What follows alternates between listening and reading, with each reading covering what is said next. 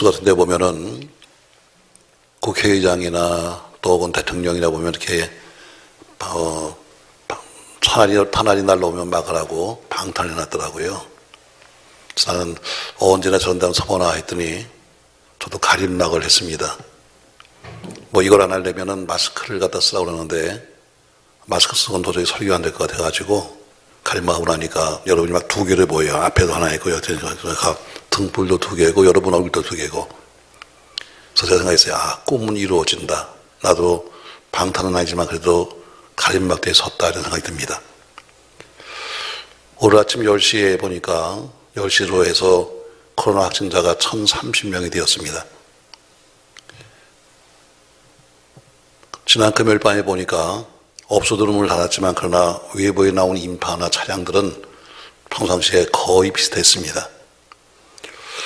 아마 한 1년 정도 가까이 되는 지금 이런 상황 속에서 이제 거의 만성이 된 것 같아요. 누가 뭐라 그래도 그냥 만성.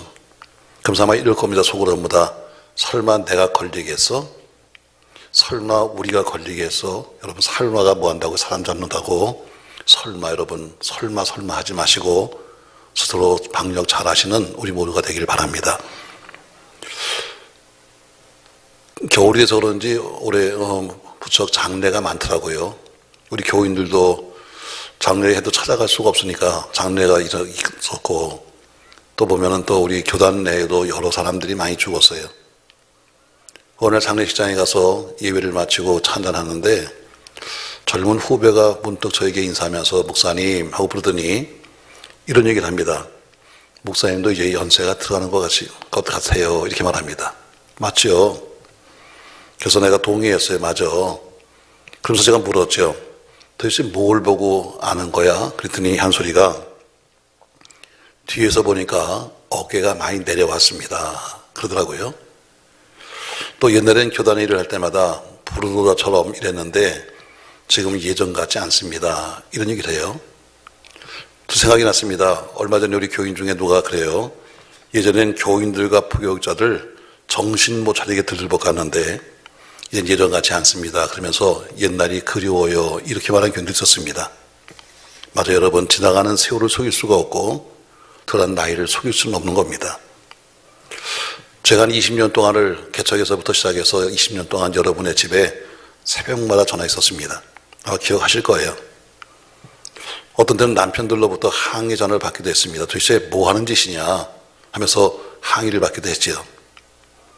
그러나 제 생각은 어떻게 하든지 우리 교회만큼은 또 우리 교인들만큼은 오직 믿음으로 성공한 교회, 오직 믿음으로 성공한 사람을 만들고 싶다는 일념에 남들이 보기에는 무리한 일도 했습니다. 사실 저는 뭐 이만큼 축복하신 것도 하나님의 은혜라고 생각을 합니다만 그래도 늦게 예수 믿고 늦게 목사 되어서 전날 내 멋대로 살아갔던 그 모든 것이 참 하나님께 죄송스럽기도 하고 또 빈손 들고 다 써버리고 빈손 들고 하나님께 나오는 것도 참 죄송스러워서 누가 뭐래도 그래도 열심히 살아보려고 했던 것은 사실이었습니다. 때로는 이런 생각도 해봤습니다. 나도 다른 목사처럼 살면 안 돼? 물론 지금 코로나19로 인해서 그럴 시기는 아닙니다만 그 흔해 빠진 해외여행 그렇게 열심히 다니는 목사들 툭하면 필리핀, 툭하면 태국, 툭하면 몰람 안 가본 데가 없는 목사들 많은데 나도 좀 그렇게 살면 안 되는 거야? 어떤 분이 물었어요. 자기 요새는 목사들이 골프를 많이 치는데 목사님은 뭐가 취미예요? 제가 답안했습니다. 저는 헌금하는 게 취미입니다. 이렇게 말했었는데 지금까지는 힘에 지나도록 헌금하고 살았는데 이제는 이만큼 됐으면 좀 즐기며 살면 안 될까 하는 그런 생각을 할 때도 있었어요. 근데 그럴 때마다 스스로 제가 말하기를 안 돼. 어쩌면 내 생명이 오래 끝날지도 몰라. 안 돼. 어쩌면 내 목회가 여기서 끝날지도 몰라. 그런 생각을 하면서 나름대로 제 나름대로는 애를 쓰며 왔습니다. 때로는 나태해지고 때로는 스스로 나태해지는 모습을 바라볼 때마다 오늘 본문의 말씀 사도 바울이 했던 고백의 말씀을 제가 스스로 읽으면서 다시 한번 저도 그런 고백을 했어요. 오늘 4절, 우리 6절 말씀 한번 다시 보시죠. 이건 사도 바울이 하는 고백인데 6절 말씀부터 같이 한번 읽겠습니다. 전제와 같이 내가 벌써 부어지고 나의 떠날 시각이 가까웠도다. 나는 선한 싸움을 싸우고 나의 달려갈 길을 마치고 믿음을 지켰으니 이제 후로는 나를 위하여 의의 면류관이 입이 되었으므로 주 곧 의로우신 재판장이 그날에 내게 주실 것이며 내게만 아니라 죄나 단심을 사모하는 모든 자기들이라. 아멘. 모두가 다 말하지만 참 세월은 빠른 것 같습니다. 우리가 올해 1월 1일 날 많은 꿈을 가지고 많은 계획을 가지고 하늘 시작했습니다. 근데 지금 도착점에 거의 다 왔습니다. 코로나19로 인해서 아무것도 하지 못한 채 남전도에 여전도에 구역 아무것도 하지 못한 채 12월 마감이 되고 이제 20일 남았습니다. 다른 때 같으면 성탄절을 준비해야 합니다. 2021년도 목회 계획을 세우고 구역을 새롭게 편성하고 송영신 예배를 준비하고 남전도회 임원들을 세워가면서 모든 일을 준비해야 되는데 지금은 솔직히 아무것도 할 수 없고 하고 싶은 마음도 없습니다. 왜? 내일을 모르니까. 우리가 아무리 준비하고 아무리 뭘 한다 할지라도 내일을 모르는 시대에 살다 보니까 그 준비해봐 뭐해. 아무리 무슨 계획을 짜고 아무리 뭐해야 코로나19 딱 오고 나니까 아무것도 못하는데 그러면 남은 시간은 20일밖에 없는데 우리가 뭐 해야 될 건가? 여러분과 저도 똑같이 20일 남았는데 남은 20일 동안에 우리가 뭘 하고 살아야 될 것인가? 그래서 저는 마지막 달이 되면 이런 제목으로 오늘 말씀을 하려고 그래요. 오늘 본문의 말씀은 계속해서 우리가 디모데 말씀을 여러분 쭉 배웠으니까 지난주도 제가 디모데 후서 오늘 본문의 뒷말씀을 했습니다. 그래서 겨울이 되기 전에 어서 와라 이런 말씀 했는데 오늘 이 편지를 쓰는 사도 바울은 로마의 지하 감옥 속에 있습니다. 근데 추운 겨울이 오는 거예요. 여러분 지하 감옥에 있는 그때 무슨 난방이 되겠습니까? 무슨 뜨뜻한 옷이 있겠습니까? 그래서 뒤에 보면 어때요? 올 때 옷을 좀 갖고 와라 할 정도로 지금 그런 어려운 상황 속에서 날씨는 추워지고 있습니다. 그런데 그것만 추워지는 것이 아니라 자기 인생도 계절을 맞이합니다. 왜 오늘 본문에 보니까 내가 갈 때가 되었다 하는 것처럼 자기 스스로가 내년도면 죽어야 돼. 오늘 이 편지를 쓰고 게 이제 초겨울이니까 그 다음 봄이면 그는 순교하고 맙니다. 그걸 알았어요. 또 그러니까 사역도 이제는 모든 걸 내려놔야 돼 하는 모두의 겨울, 날씨도 겨울이 오고 인생도 겨울이 오고 그래서 사역도 겨울이 오는 그런 겨울 앞에서 오늘 그는 디모데에게 편지를 씁니다. 오늘 편지 속에서 과연 내가 인생을 마감하고 또 시간적으로 겨울을 맞이해서 또 한 1년을 마감하면서 무엇을 해야 될 것인가? 오늘 우리에게 세 가지의 말씀을 주고 있습니다. 저 여러분 마지막 달에 우리가 무엇을 해야 될 것인가? 남은 20일 동안 이렇게 사시길 주의 이름으로 축복합니다. 7절 말씀 보시죠. 자, 같이 한번 읽겠습니다. 내가 선한 싸움을 싸우고 나의 달려갈 길을 마치고 믿음을 지켰으니. 아멘. 자, 오늘 바울은 지금 편지를 쓰면서 뭐라 말하는가? 6절에 보니까 내가 떠날 때가 되었다고 말해요. 다시 말해 내가 이젠 죽을 때가 가까웠어요. 그러면서 지금 7절에 뭐라고 말하는가 하면 내가 선한 싸움을 싸웠다. 내가 지금까지 내 달려갈 길을 내가 부지런히 뛰어왔다. 그리고 내가 믿음을 지켰다고 말하면서 뭘 하는가? 지나간 날 내가 지난 날 이렇게 열심히 싸웠고 열심히 뛰었다는 것을 말씀하는 것처럼 마지막 달에는 여러분과 제가 받은 은혜를 돌아봐야 합니다. 1년 참 빨리 갑니다. 우리가 12월을 가리켜서 주로 결산의 달이다 이렇게 말해요. 이제는 한 해를 설계할 수 있는 시간도 별로 없고 또 설계대로 살아갈 수 있는 시간도 없습니다. 모든 것이 마무리해야 된다는 긴장이 우리에게 있을 뿐입니다. 우리 어릴 때는 미제 물건이 참 귀했잖아요. 그래서 양키 물건 해가지고 그것도 팔다 걸리면 먹다 걸리면 혼났어요. 어느 날 어머니가 미제 그 아줌마한테 그 과자, 미제 과자죠. 그걸 하나 사주셨는데 그걸 갖다 어떻게 야금 먹다 마지막 한 개를 남겨놓고 있는 그런 기분이 바로 12월 지금이에요. 네, 요거 하나만 먹어버리면 이제 끝나는 거야. 20일만 지나면 여러분과 저에게 다시 오지 않는 시간은 가버리는 거예요. 근데 오늘 바울은 편지를 쓰면서 뭐라고 말하는가? 앞절에 보니까 뭐라고 그래요?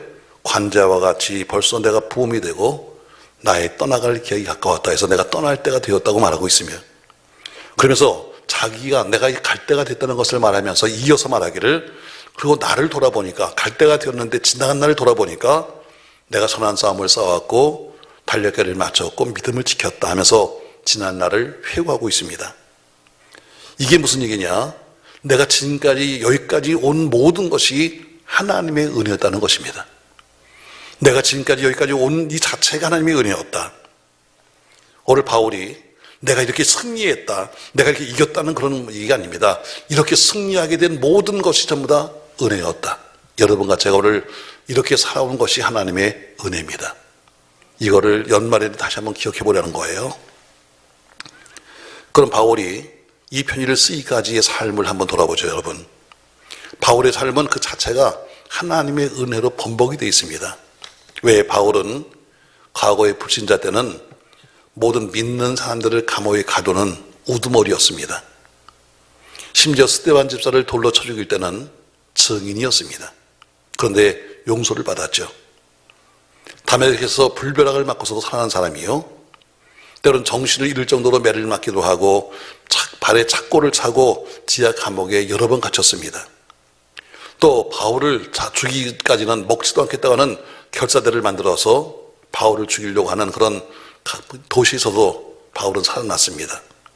바울이 지나온 환경을 성경에 말하고 있는데, 이렇게 바울은 자기 지나온 환경을 고린도 후서에 쓰고 있어요. 고린도서 11장 23절 말씀, 자, 화면 보시면서 한번 같이 한번 읽겠습니다. 그들이 그리스도의 일꾼이냐 정신없는 말을 하거니와 나는 더욱 그러하도다.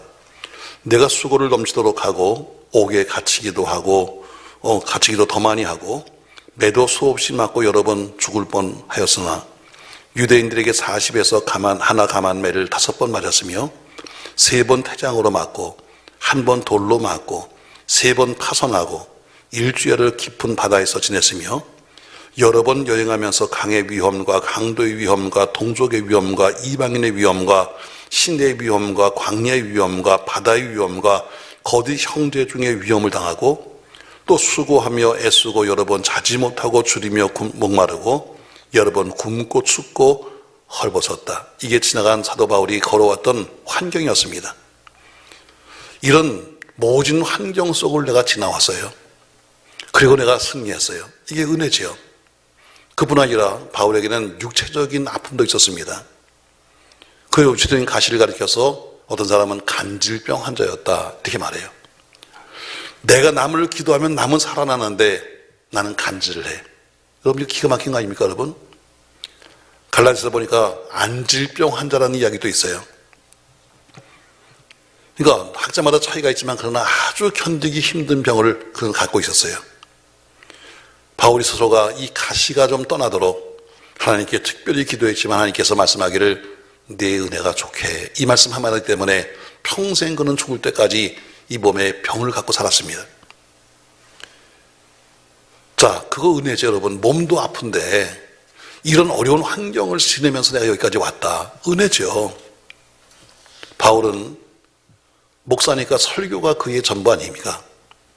근데 바울은 설교할 때마다 항상 남들이 웃었어요. 바울도 고린도서 11장 6절에 보니까 스스로 말하기를 내가 말내는 조라나 해서 내가 말을 잘 못한다고 말하고 있어요. 고린도 교인들이 바울을 대해서 뭐라고 말하는가 하면 이렇게 말합니다. 그의 편지를 읽을 때는 아주 편지가 무게도 있고 힘이 있는데 직접 바울의 설교를 들으면 아이고 말도 시원찮아. 이게 그 당시 바울에 대한 설교평이었습니다. 이런 소리를 들으면서도 바울은 다니면서 전도해야 됐고 설교해야 됐으니까 얼마나 힘들겠어요. 환경도 나빠, 몸도 아파, 설교하면 남들이 더 듣고 웃어. 쉽게 말하면 이 얘기예요. 우리 목사님은 말씀의 능력도 없고 박력도 없고 설교도 어눌해. 이런 평가를 받았다는 거죠. 거기다가 한 동족인 유대인들이 자기를 죽이려고 합니다. 그런데도 살아났습니다. 바다에서 죽을 뻔했어요. 근데 살리셨습니다. 그러면서 어디까지 왔는가? 내가 여기까지 왔다고 말하면서 이 지나간 모든 것들이 하나님의 은혜다. 이렇게 말하고 있습니다. 사랑하는 성도 여러분, 이제 얼마 남지 않은 20일, 지나온 여러분과 저희 한 걸음 한 걸음 하나님의 은혜를 기억하시길 주의 이름으로 축복합니다. 전 여러분을 볼 때마다 감사하죠. 왜? 때론 어떤 사람은 너무 힘든 거 제가 압니다. 그럼에도 불구하고 그래도 꿋꿋하게 이겨보려고 애쓰는 모습 볼 때마다 제가 든든합니다. 코로나19로 해서 불황이 왔습니다. 때로는 공황에 가까운 상황이 된 그런 사업체도 있어요.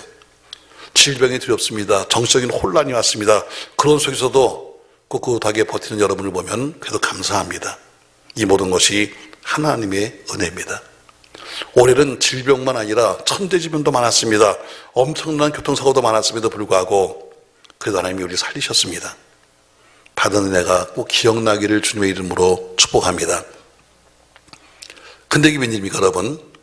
이렇게 어려운 환경을 이기고 살아났고 남들의 핍박 속에 살아났으며 교인들에게 핍박을 받아서 우리 목사님 설교도 못해 이런 소리를 듣고 살았으면 이렇게 왔으면 은혜인데, 그러나 은혜를 받았으면 끝나나요? 아니에요. 여러분, 이스라엘 백성들이 430년 동안 애굽에 있었습니다. 종이었습니다. 노예였습니다. 그런 가운데서 하나님이 그들을 건져주셨습니다. 근데 그들이 감사했나요? 아니에요. 처음엔 감사했어요. 근데 곤보했는가 하면은 고기가 먹고 싶다, 부추가 먹고 싶다, 그러면서 옛날로 돌아가고 싶다고 자꾸 이야기해요. 430년 동안 그렇게 종살이면서 매를 맞고 살고 힘들게 샀음에도 불구하고 은혜로 구원해 주니까 뭐라고 그래요? 내가 다시 옛날로 가고 싶다라고 말하는 그런 사람들처럼 여러분과 저도 사실은 받은 번뇌가 많은데 은혜 잊어버리고 오히려 다른 욕심을 갖고 사는 욕망한 그 탐욕의 존재로 바뀌고 말아요. 여러분, 감사하셔야 합니다. 우리가 하나님의 은혜가 아니면 우리는 모두가 지옥 갈 사람이에요. 근데 우리를 구원해 주셨습니다. 하나님의 은혜가 아니면 가난뱅이에서 우리가 벗어날 수 없었습니다. 그럼에도 불구하고 풍요로운 삶을 주셨습니다. 질병에서 건져내 주셨습니다. 여러분, 우리가 찬송을 부른 것처럼 받은 복을 세어보아라 하는 것처럼 남은 20일 받은 복을 꼭 세어보시길 주님의 이름으로 축복합니다. 오늘 바울은 먼저 하는 얘기가 뭐냐면 지금 내가 여기까지 온 것은 하나님의 은혜입니다 하는 것처럼 남은 20일 동안 하나님의 은혜를 우리가 돌이켜봐야 합니다.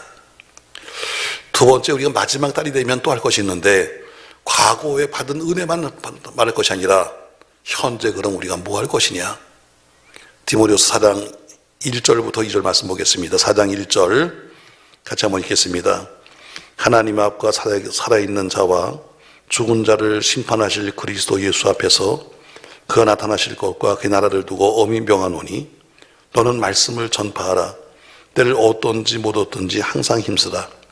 범사의 오래 참음과 가르침으로 경책하며 경계하며 권하라. 아멘. 사도 요한이 반모섬으로 유배를 갑니다. 반모섬은 바다 한가운데 떠있는 작은 섬입니다. 그 섬에 들어가서 그것도 어디요? 동굴 속에서 그가 살게 됩니다. 거기가 유배지죠. 그 속에서 기도하는 가운데서 저 멀리 보이는 바다, 항상 봐도 그 바다를 바라보면서 요한이 영안이 열리면서 엄청난 세계를 보게 됩니다. 앞으로 되어질 일들, 또 현재의 모습, 그리고 다가올 미래, 닥쳐올 환난과 박해를 보게 됩니다. 또 그리고 마지막에 승리하는 성도를 보게 됩니다. 그리고 거기서 아시아의 7개의 편지를 쓰게 됩니다. 근데 거기 라오디아 교회 편지를 쓰면서 뭐라고 말했는가? 너희 교회는 눈뜬 장님이다, 맹이라고 말하고 있습니다. 다시 말해 눈은 네가 있지만 그러나 보지 못하는 영적 맹이 때문에 안약을 사서 발라서 보게 하라, 이렇게 말하고 있습니다. 보게 하라. 요한복음 4장 35절에 보니까 눈을 들어 세상을 보라. 벌써 희어져 추수할 때가 되었다, 이렇게 말하면서 이 시대적으로 뭐예요? 이 시대적으로 지금 추수할 때가 되었는데 우리가 세상을 봐라. 지금 네가 눈뜬 장님처럼 있지 말고 세상을 좀 보라고 말합니다. 여러분, 이 세상을 한번 보세요. 이 시대는 아주 양극화가 너무 심합니다. 여러분, 시소놀이 아시죠? 앞에 우리 어린 놀이터만 가도 다 시소가 있는데, 시소가 뭐예요, 여러분? 양쪽 균형이 맞아야 이게 재미가 있는 거예요. 어느 한쪽에서 힘을 주면 한쪽이 힘을 빼고 올라가고, 또 한쪽에서 어때요? 힘을 주면 또 한쪽이 내려가고 올라가고, 서로 시소는 그렇게 되는 게 시소예요. 그래야 서로가 재밌죠. 근데 만약에 이 균형이 깨져버리면 둘 다 다치는 겁니다. 자, 한쪽에 무거운 사람이 타면 약한 사람은 어때요? 올라가서 둘러 떨어지게끔 돼 있어요. 그러나 그것만 되나요? 아니요. 무거운 사람이 탄 쪽은 어때요? 그냥 주저앉아 버려서 그 사람도 다쳐요. 양쪽은 서로가 밸런스가 맞아야 되는 거예요. 가난한 사람과 부한 사람이 서로 균형과 조화를 이루어가야 행복한 거예요. 노동자와 경영자가 서로 신뢰하며 서로 조화를 이루어가야 행복한 거예요. 남과 북이 서로 매일 전쟁하자고 말하지 말고, 그리고 어때요? 서로가 조화를 맞춰가야 돼요. 정부와 국민이 서로 믿음을 주며 서로 돌보면서 조화를 맞춰가야 돼요. 야당과 여당이 서로 조화를 맞춰서 가야지, 힘 있는 여당이라고 해서 모두를 자기 멋대로 해서도 안 되고, 상생의 정치, 늘 말하는, 자기들이 말하는 상생의 마음을 서로 가져야 시소가 되는 거예요. 근데 어느 곳도 그런 것이 없어요. 정부와 국민은 이미 불신의 골이 깊어졌어요. 경영자, 노동자는 계속해서 대립만 하고 있어요. 심지어 교회조차도 목회자와 성도들 사이에 불신과 배척이 판을 치고 있어요. 여러분, 우리 대한민국은 민주주의입니다. 민주주의가 뭐예요? 모든 이의 권리가 같은 것이 민주주의예요. 모든 사람이 다 똑같은 한 표예요. 자유경제가 뭐예요? 땀 흘린 것만큼 잘 사는 게 자유경제예요. 법치국가가 뭐예요? 모든 만민이 법 앞에 동등한 거예요. 이게 법치국가예요. 우리 대한민국은 민주주의의 자유경제의 법치주의예요. 근데 사실은 아무것도 우리한테 맞지 않아요. 여러분, 우리가 TV를 보면은 때로는 뉴스를 보다가 감동해야 돼요. 야, 이렇게 좋은 일이 있었네. 아침에 신문을 펴면 행복해야 돼요. 근데 어때요? 그게 아니라 증오와 갈등과 분노밖에 안 생겨요. 이게 바로 오늘의 현실입니다. 그럼 세상은 이렇게, 이 현실은 사실인데, 그럼 우리 신앙인은 뭐 해야 될 것인가? 같이 거기서 떠들면서 같이 다니며 대모해야 될 것인가? 그게 아닙니다. 우리가 할 것은 바로 그들에게, 이 살기 힘든 이 어려운 삶 속에서 하는 그들에게 복음을 전하는 겁니다. 복음. 오늘 바울은 편지에서 말하고 있죠. 1절에 보니까 맨 뒤에 엄히 명한다 이렇게 말합니다. 명령한다고 말하고 있어요. 그러면서 2절에 보니까 너는 말씀을 전파하라. 때를 얻든지 못 얻든지 이렇게 말합니다. 지금 모두가 다 어때요? 상생이 되지 않냐고 전부 다 불협합이 나고 있는 이 시대 속에서 우리가 할 일이 뭐냐, 이 연말에 할 것이 뭐냐, 함께 떠들고 함께 놀고 함께 살 것이 아니라 우리는 그들에게 살 수 있는 복음을 줘야 한다는 거예요. 우리는 매년 동일한 표를 쓰고 있습니다. 매년마다 바뀌는 게 아니라 우리는 계속해서 동일한 표를 쓰고 있어요. 꿈꾸는 교회, 비전 있는 내일. 우리가 이 표를 붙잡고 할 일이 뭡니까, 여러분? 꿈을 꾸는 겁니다. 마치 마르틴 루터 킹 목사가 외쳤던 것처럼 우리는 내일의 꿈을 갖습니다. 온 세상 열방들이 하나님의 이름을 찬양하는 꿈. 우리 조국 대한민국이 하나님의 은혜 가운데 날마다 잘 되는 위대한 꿈. 그리고 그 꿈 가운데 우뚝 서 있는 우리 교회, 그리고 우리 모든 가족들과 우리 모든 자녀들의 꿈, 그리고 분명히 하나님이 그 꿈을 이루실 것으로 믿습니다는 그런 꿈을 우리가 꾸자는 겁니다. 오늘 이 편지를 잘 봐야 합니다. 오늘 바울은 1절에서 어때요? 내가 너에게 엄히 명한다. 그냥도 아니에요. 엄하게 명한다고 말씀하면서 이어서 하신 말씀이 뭐예요? 너는 말씀을 전파하라 이렇게 말합니다. 그의 마지막 명령이 뭡니까, 여러분? 야, 내가 죽으면 날 장사 치러줘. 내가 죽으면 뭐 해줘가 아니라 나는 너에게 명하는데 너는 말씀을 전파해라. 때를 얻든지 못 얻든지 상관없다는 말씀을 전파해, 복음을 전파하는 겁니다. 바울이 선한 싸움을 싸웠다고 말하고 있어요. 위대한 전쟁, 영적 전쟁을 해서 그는 승리했습니다. 그리고 영적 전쟁에 승리한 결과가 뭡니까? 그는 믿음을 지켰다는 거예요. 믿음을 지키는 게 그의 영적 전쟁의 마지막 결과였습니다. 사랑하는 성도 여러분, 전 여러분과 제가 오늘 하나님의 은혜를 기억했다면 내가 지금은 뭐 해야 될 것이냐. 남은 20일 이 어려운 세상에 사는 모든 사람들에게 여러분이 받은 은혜를 전해주기를 주의 이름으로 축복합니다.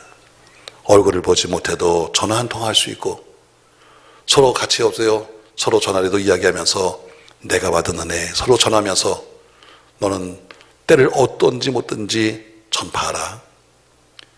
바울은 싸웠습니다. 오직 한 길로 가기에 싸웠습니다. 여러분 세상엔 둘 중에 하나예요. 성경을 지키는 자와 성경을 허무는 자, 말씀을 지키는 자와 말씀을 어긋나는 자, 복음 때문에 복음을 지키는 자와 복음을 해치는 자와 교회를 세우는 자와 교회를 허무는 자와 딱 둘 중에 하나예요. 여러분 끝까지 믿음 잘 지켜서 여러분이 믿음의 승자가 되길 주의 이름으로 축복합니다. 바울은 싸웠습니다. 죄와 싸웠습니다. 바울이 지키려고 했던 것은 목숨도 아니었습니다. 명예도 아니었습니다. 그런 한 가지였습니다. 믿음을 지켰으니 한 것처럼 여러분 끝까지 믿음을 지켜가는 여러분과 제가 되기를 예수님의 이름으로 부탁합니다. 한 해 우리가 살면서 정말 최선을 다했을까? 기도하는데 최선을 다했을까? 아니면 전도할 때 최선을 다했을까? 무슨 최선을 다했을까? 요새 교인들은 어때요? 기도는 안 하고 응답은 받겠다고 말합니다. 이 얘기는 뭐예요? 씨는 뿌리지 않냐고 낫자를 들고 다니면서 거두겠다는 사람과 똑같은 사람이에요. 여러분 우리가 수확을 하려면 씨를 뿌려야 합니다. 김을 매야 합니다. 거름을 줘야 합니다. 그리고 이 일을 한 다음에 낫을 드는 거지 아무것도 하지 않냐고 낫 드는 사람은 여러분 아무것도 거둘 수 없는 겁니다. 오늘 바울은 이어서 편지를 쓰면서 내 주변에 있는 사람은 다 나를 버리고 떠나갔다. 그리고 사람들은 있다 할지라도 쓸만한 사람이 없다. 이렇게 말합니다. 10절 말씀 보시죠. 데마는 이 세상을 사랑하여 나를 버리고 데살로니가로 갔고 그레스게는 갈라디아로 디도는 달마디아로 갔고 누가만 나와 함께 있느니라 이렇게 말합니다. 또 뒤에 보니까 14절 구리 세공업자 알렉산더가 내게 해를 많이 입혔다 이렇게 말합니다. 결국 사람들은 많았지만 그러나 쓸 사람이 없어 이제는. 맞습니다 여러분. 바울은 오늘 디모데에게 편지를 쓰면서 디모데야 나는 이제 간다 할지라도 내가 빨리 왔으면 좋겠다. 왜? 쓸 사람이 없으니까. 전 여러분 남은 20일 동안 피 묻은 주의 복음이 여러분을 통해서 전해지기를 예수님의 이름으로 축원합니다. 자, 그럼 세 번째로 남은 20일 동안 우리가 뭐 할 것인가? 지나간 은혜에 받은 바 은혜를 감사해야죠. 오늘 현재 우리는 복음을 전해야죠. 그럼 미래는 뭐 할 것인가? 마지막 남은 20일 우리의 미래를 생각하는 시간을 갖기를 주의 이름으로 바랍니다. 8절에 보니까 이렇게 말합니다. 이제 후로는 나를 위하여 해서 이제 후로는 미래를 말하고 있습니다. 내가 지금까지 믿음을 지켰어. 근데 이제 후로는 믿음을 지킨 나에게 하나님께서 주실 면류관이 있다는 것을 말하면서 오늘 그는 깊은 회상에 빠집니다. 와, 지난 날을 보니 슬픈 일도 많았습니다. 근데 기쁜 일도 많았습니다. 힘든 것도 많았습니다. 그런데 보람도 있었습니다. 그래서 그는 말하기를 난 다시 태어난다 할지라도 난 이 길을 갈 거다 이렇게 말씀해요. 이제는 나이가 많다 보니까 주님이 가까이 오시는 것을 느낄 수 있었습니다. 그리고 이제 주님이 가까이 오셨으니 내가 이제 앞으로 어떻게 될 것인가를 생각하면서 이제 후로는 내가 하나님 앞에 서야 될 것이다. 그분 시상 앞에 설 것이다. 그리고 거기 주님께서 나를 위해서 칭찬과 상급이 있을 것이라고는 말하면서 나만 아니라 이를 믿는 모든 자들에게 똑같은 일이 있을 것이라고 말씀하고 있습니다. 바울이 상을 받는데요. 무엇 때문에? 한 가지요. 복음 때문에. 복음 때문에. 전 여러분 연말 되면 지나간 해를 돌아볼 수 있는 반성의 시간, 새해를 계획할 수 있는 희망 동시에 갖는 겁니다. 내년도에는 이렇게 해야지 하고 여러분이 구상할 겁니다. 저도 나름대로 내년을 생각하지만 암담합니다. 뭔가 정확하게 무엇 하나 할 수 있다, 어떻게 된다는 예측할 수 없는 상황 속에서 교회는 무엇을 해야지?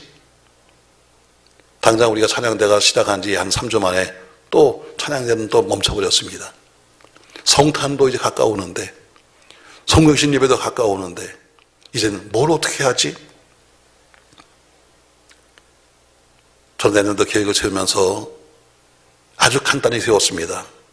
내가 내년도 목사로서 할 일은 무엇인가? 과거에는 무슨 계획을 세워서 1월엔 뭐하고 2월에 뭐하고 3월에 뭐하고 해서 쭉 11년 왔는데 이제는 아무것도 나오지 않는 시대 속에서 전 생각하기를 내가 할 수 있는 것은 이거밖에 없다. 선교와 전도와 받은 바 은혜를 나누는 것밖에 없다. 그리고 또 한 가지 소원이 있다면 여러분을 성숙한 신앙인으로 만들고 싶다. 이게 저의 마지막 소원입니다. 우리 교인들을 성숙한 신앙으로 만들고 싶다. 여러분 부모가 애써서 자녀를 키웠습니다. 공부시키고 입히고 재우고 정말 열심히 해서 아이를 키웠어요. 이놈들이 학교를 잘 나와서 장가가고 시집갔어요. 근데 어때요? 가서 들리는 소문이 아유 넌 어디서 넌 누이 집 자식이냐? 도대체 넌 뭘 배웠니? 직장 가서도 어때요? 너는 왜 어떻게 뭘 배운 거야? 여러분 이런 소리 듣는다면 부모는 정말 가슴 아플 거예요. 그렇게 20년 그렇게 10년을 갖다 그렇게 가르쳤음에도 불구하고 가서 직장에서 욕을 먹고 시집 가서 욕 먹고 시댁 가서 욕 먹고 친정 가서 화풀이하고 이런 일만 생긴다면 여러분 얼마나 엄마 아빠가 기분 나쁘겠어요. 똑같아요. 여러분 언젠가 다 우리가 함께 있지만 그러나 세월이 가면 언젠가 흩어질 거예요. 여러분대로 또 갈 길이 있고 전 저대로 갈 길이 있고 또 나름대로 또 다시 만나겠지만 그러나 다 그렇게 될 거예요. 근데 저 사람은 어느 교회에서 온 사람이야? 대체 어디서 이사 온 사람이야? 아니 어떻게 신앙을 젖다이대 배웠어? 저런 사람이 그래 교회 중직이야? 이런 얘기 듣는다면 여러분 그건 얼마나 내가 창피한 일이요. 저는 부모로서 가슴 아픈 일입니다. 똑같이 먹였고 똑같이 입혔고 똑같이 공부시켰는데 그렇게 된다면 얼마나 창피한 거예요. 전 생각했어요. 좀 더 성숙한 신앙을 만들면 좋겠다. 우리 교인들이 신앙이 좀 성숙해지고 행동이 성숙해지고 말이 성숙해지고 그리고 삶이 성숙해지면 좋겠다. 그러면 첫 번째는 본인이 좋을 것이고 또 칭찬받는 모습을 보면은 뒤에 있는 목사가 좋을 것이고 그럼 교회가 행복해지지 않겠는가? 저는 이제 1년을 마감하는 마지막 달에 바울이 장차받을 상급됨을 바라보면서 상 주시는 예수를 바라본 것처럼 오직 복음을 전하며 또 그리고 서로가 복음을 지켜가는 그런 마지막 20일이 되기를 주님의 이름으로 축복합니다. 한 해를 결산하고 일생을 마칠 때 다가올 미래에 대한 두려움이 아니라 다가올 주님을 만나는 설렘이 있기를 바라면서 우리 하나님이 내게 주실 상이 있다. 여러분 작은 실수 있다고 여러분 신경 쓰지 마세요. 하나님 회개하면 용서하시지요. 정말 무서운 죄는 전도하지 아니하고 가만히 있다가 주를 만나는 것이 무서운 죄입니다. 그래서 여러분 아쉬움이 아니라 보람으로 한 해를 마감하기를 주의 이름으로 축복합니다. 오늘 저 여러분에게 잘하는 성경 구절을 소개했습니다. 그리고 오늘 세 가지를 말씀했어요. 첫 번째, 마지막 남은 20일 동안 우리가 할 일이 뭐냐?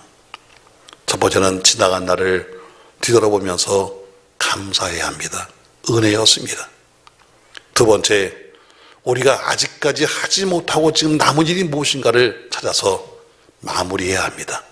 특별히 영적으로 본다면 영혼 구원입니다. 세 번째, 그리고 남은 20일 지금에서 미래를 설계해야 합니다. 그리고 하나님의 상을 준비하십시오. 감사하게도 주시는 분은 하나님인데 상은 누가 만드냐? 여러분과 제가 이 땅에서 만드는 겁니다. 이 땅에서 우리가 하는 노력, 이 땅에서 하는 수고, 이 땅에서 하는 봉사와 헌신으로 우리가 상을 만들었다가 나중에 주님이 그 손으로 우리에게 주시는 겁니다. 여러분 하늘 상급을 많이 만드시는 여러분이 되길 바라면서 남은 20일 동안도 부지런히 주 앞에 살아가는 여러분과 제가 되시기를 예수님의 이름으로 부탁합니다.